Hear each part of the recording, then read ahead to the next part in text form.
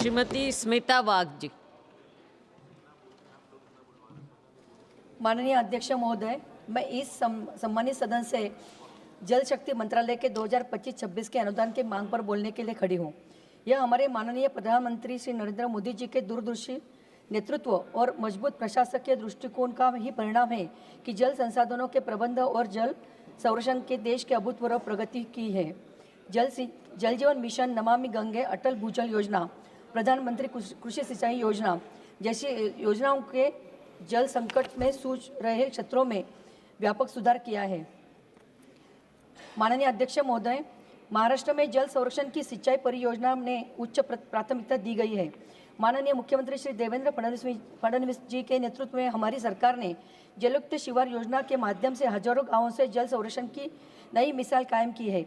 इस योजना के तहत भूजल स्तर में सुधार हुआ है, जिससे किसानों को सिंचाई के लिए पर्याप्त पानी मिल रहा है। विशेष रूप से विदर्भ, मराठवाड़ा, उत्तर महाराष्ट्र क्षेत्र के जल संकट को दूर करने के लिए कई प्रभावी कदम उठाए गए हैं। माननीय अध्यक्ष महोदय, जल जीवन मिशन के तहत ग्रामीण भारत को हर घर नल जल से देने की योजना बनाई गई थी।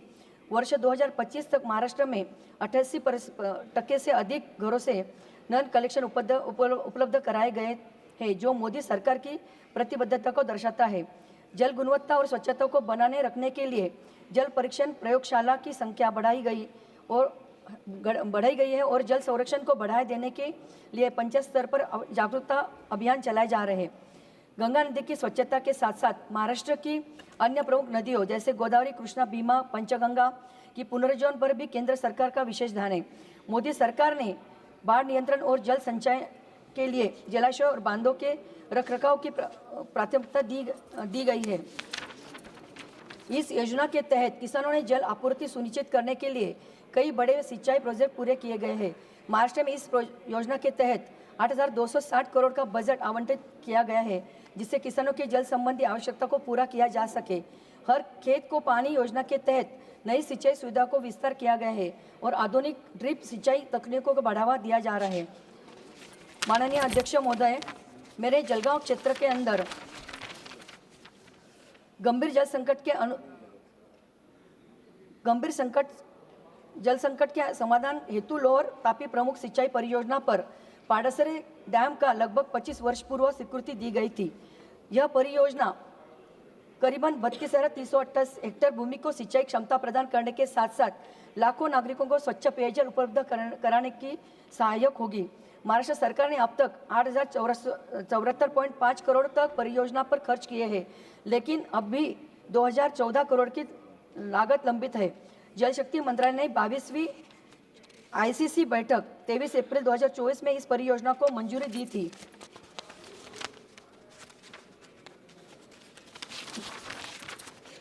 महाराष्ट्र सरकार ने 31 मई 2024 में इस परियोजना को PM-KSY योजना में शामिल करने का अनुरोध किया है। इस परियोजना में 2,888.48 करोड़ की अनुमानित लागत के साथ निवेश मंजूरी प्रदान की गई है, लेकिन माननीय अध्यक्ष महोदय, ये परियोजना अब तक अधूरी पड़ी है। सीमित वित्तीय संसाधनों और धीमी प्रशासकीय प्रक्रियाओं के कारण हर वर्ष केवल नाममात्र का बजट आवंटित किया गया है, जिससे परियोजना को पूरा करने में अत्यधिक विलंब हो रहा है। इस देरी के कारण किसानों को फसल उत्पादन में नुकसान उठाना पड़ रहा है और नागरिकों को जल संकट का सामना करना पड़ रहा है। अतः मैं सरकार से प्रमुख मांग करती हूँ कि इस परियोजना को शीघ्र ही PM-KSY योजना के शामिल किया जाए और आवश्यक निधि तुरंत जारी किया जाए।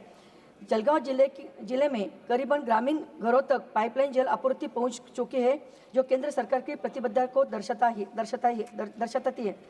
यह डेटा दर्शाता है कि योजना का क्रियान्वयन प्रभावी रहा है, लेकिन वित्तीय बिलों के भुगतान में देरी और कार्यों में धीमी गति के कारण कई विकास कार्य अधूरे रह गए।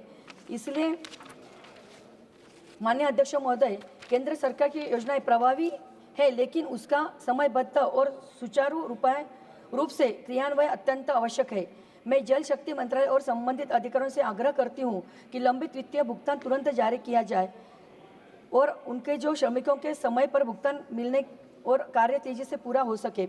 प्रगति धीमी होने वाली परियोजनाओं को उच्च स्तरीय समीक्षा की जाए। जल आपूर्ति योजनाओं को तय समय सीमा में पूर्ण करने के निर्देश दिए जाए ताकि जनता को जल्द से जल्द लाभ मिल सके। ग्रामीण क्षेत्रों में जल आपूर्ति की गुणवत्ता और निरंतरता सुनिश्चित करने हेतु नियमित निगरानी तक विकसित किया जाए। प्रधानमंत्री मोदी जी के नेतृत्व और हमारे जल शक्ति मंत्री CR पाटिल साहब के नेतृत्व में जल शक्ति मंत्रालय की विभिन्न योजनाएं जल संकट से निपटने की मील का पत्थर साबित हो रही है, लेकिन हमें इस कार्य को तेजी से गति पूरा करना होगा। मैं इस सदन से अनुरोध करती हूं कि जल शक्ति मंत्रालय के अनुदान की सर्वसम्मति से स्वीकृति दी जाए ताकि देश और महाराष्ट्र की जल आवश्यकता को प्रभावी रूप से पूरा किया जा सके। धन्यवाद।